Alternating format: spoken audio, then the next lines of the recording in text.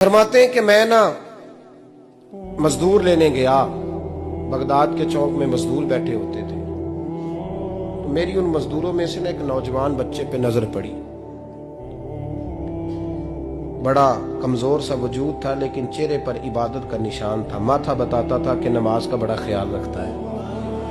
میں اس کے قریب گیا، چہرے بھی بڑا کچھ بتاتے ہیں نا، چہروں میں بھی بڑی رانائی ہوتی ہے۔ فرماتے ہیں میں قریب گیا، میں نے اس کو کہا بیٹے مزدوری کرو گے؟ تو کہنے لگا مزدوروں میں بیٹھا ہوں تو حضور مزدوری کے لیے ہی تو بیٹھا ہوں۔ تو میں نے کہا کہ چلو پھر۔ کہنے لگا نہیں میری کچھ شرطیں۔ میں نے کہا بتاؤ؟ کہنے لگا پہلی شرط یہ ہے کہ لوگ 4 دینار دیہاڑی لیتے ہیں، میں 3 دینار لوں گا۔ میں نے کہا یار بھائی تو بڑی بہترین ہے، باقی بھی اس طرح کی رکھ لے۔ اس نے کہا حضور دوسری شرط یہ ہے کہ میں آپ کی مکمل بات مانوں گا لیکن جب اذان ہو جائے گی پھر آپ کی نہیں سنوں گا۔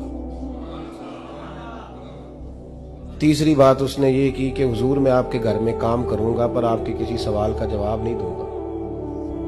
کہتے میں نے کہا یار تو بڑا عجیب ہے، شرطیں تو مالکوں کی ہوتی ہیں۔ کہنے لگا جی بہرحال میں شرطیں لگا کے جاتا ہوں۔ فرماتے ہیں میں اسے گھر لے آیا، کام میں نے اس کو بتایا تو جو کام مزدور سارے دن میں کرتا ہے نا اس نے 2 گھنٹے میں کر دیا۔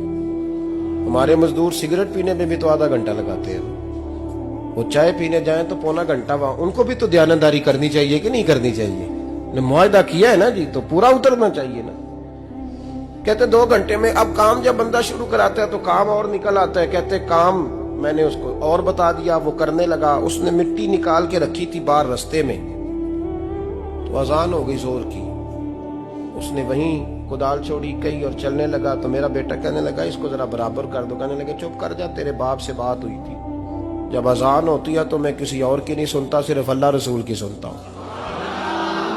کہتے ہیں مسجد چلا گیا، نماز پڑھ کے آیا تو دوپہر کا وقت تھا۔ میری بی بی کہنے لگی اس کو کھانا کھا لے۔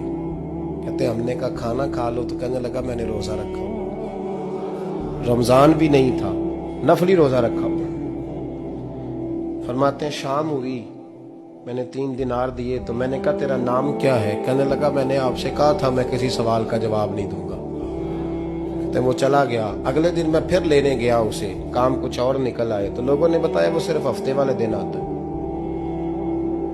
میں نے کہا کیوں؟ کہنے لگے جی وہ کہتا ہے میرا ہفتے کا خرچہ 3 دینار ہے، جب 3 دینار کما لیتا ہوں تو باقی سارا ٹائم اللہ رسول کی ذکر میں گزار دیا کرتا ہوں۔ فرماتے ہیں جی اگلے ہفتے میں پھر لینے گیا، میں نے پورا ہفتہ انتظار کیا کہ کام اسی سے کرانا ہے۔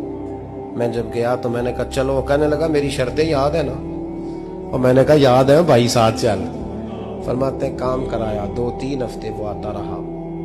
ایک ہفتے میں گیا تو لوگوں نے کہا حضور آج نہیں آیا، کیوں؟ کہنے لگے بیمار ہو گئے۔ کہاں گھر ہے؟ کہنے لگے بغداد کے قبرستان کے پیچھے جو کچی آبادی ہے اس میں رہتا ہے۔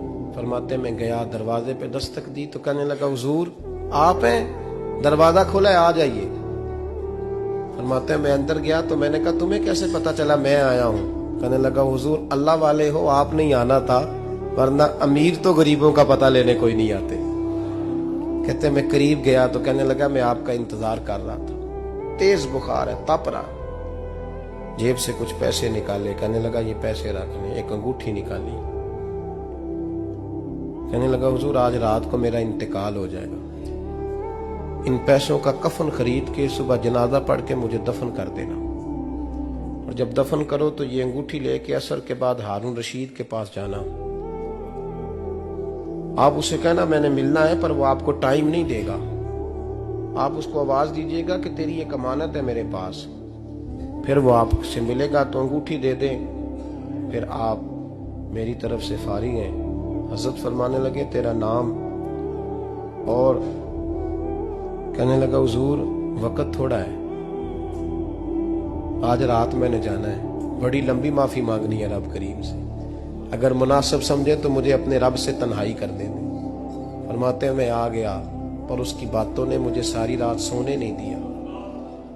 فرماتے ہیں صبح بڑی مشکل سے سورج نکلا، میں گیا دروازے پہ ہاتھ رکھا تو دروازہ کھلا ہوا تھا، اندر داخل ہوا تو خوشبوئیں میرا استقبال کر رہی تھی، جب چہرے سے کپڑا ہٹایا تو اس کا تو انتقال ہو چکا۔